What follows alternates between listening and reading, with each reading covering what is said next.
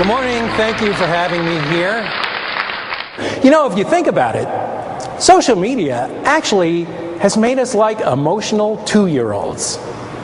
Because that was the last time we felt the need to shout out everything we're doing. Look at me jump up and down, doing aerobics at the Y. I'm drinking from my sippy cup, having a mochaccino at Starbucks. Or I go wee when I'm on the swing, playing super swing golf on my Wii. You see, we're like emotional 2-year-olds with this social media. Now, I know, people go, yeah, but that's not everything that's going on with social media. I mean, there are people offering really interesting perspectives and they're linking to interesting information. Yeah. Go to anybody's account on Facebook or Twitter and you're going to see plenty of posts that's all about me, and what I'm doing. And even when they provide useful information, they make sure that you know that that information came from me. So what is social media? Well, essentially, social media is the solitary activity of typing messages online to mostly imaginary friends. Because real friends are people that you hang out with, you spend time, you get to know before they really qualify as a friend. But now the word friend has lost its meaning. In fact, it's become a verb. You friend someone. This could be a friend of a friend of a friend that you once friended on Facebook. Or it could be somebody you don't even know, but you don't want to hurt their feelings by rejecting them, so now they're a friend. So we end up with thousands of friends online. What do you do when you want to hold a party? Rent out an entire hotel? And frankly, you know, instead of all of these fake friends, wouldn't it be more useful to know who our real enemies are? See, this way, instead of friending you, they could faux you, so you'd end up with a faux list of people that you need to keep an eye on so they don't do anything to mess you up. That would be more useful in an office environment, wouldn't it? A faux list. Thank you very much. Now, you know, with Twitter we don't have friends, we have followers. Doesn't this sound like you're starting your own religion? I am a Twitter evangelist and I have 30,000 followers here at the Temple of Bob.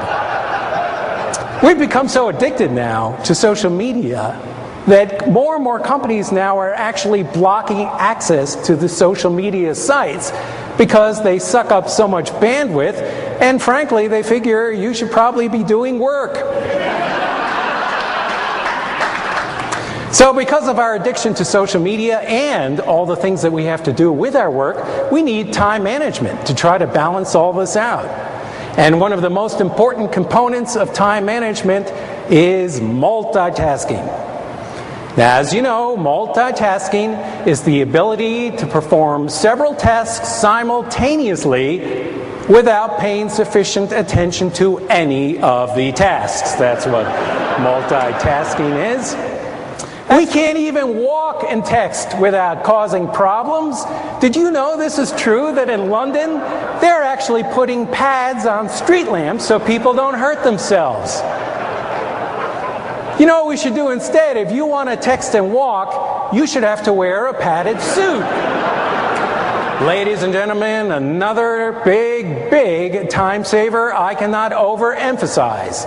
The importance of cramming in as many acronyms into your communications as possible to save time. For example, imagine if you got an email that looked something like this.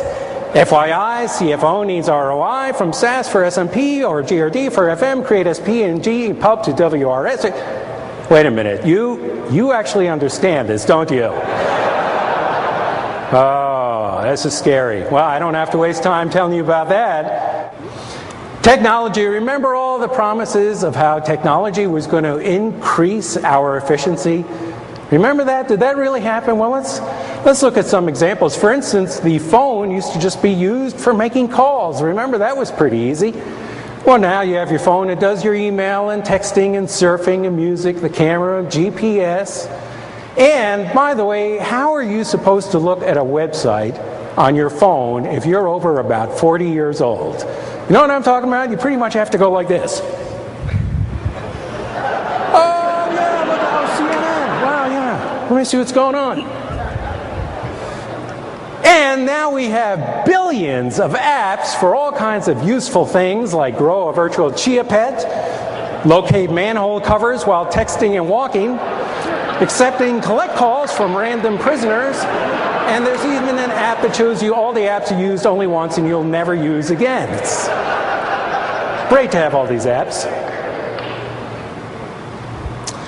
Now, just as an example, I saw this, I think it was in the Sky Mall catalog, an example of what happens if you go too far with technology, you actually start going backwards because it gets so stupid.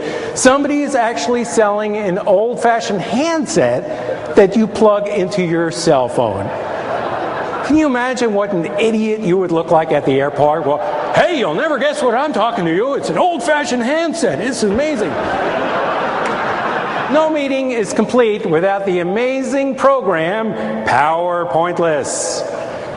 Do you know who created PowerPoint? Seriously, the people at LensCrafters. No, really, think about it. What better way to expand your customer base than to come up with a program where you make people sit in a darkened room for hours on end watching slides that look something like this? By the end of the day, you're in need of corrective vision. Thank you so much for being a good audience and laughing about technology. It's always important to keep a good sense of humor about it. And thank you for having me here. Did you enjoy that? Was that good for you? Thank you. Thank you again.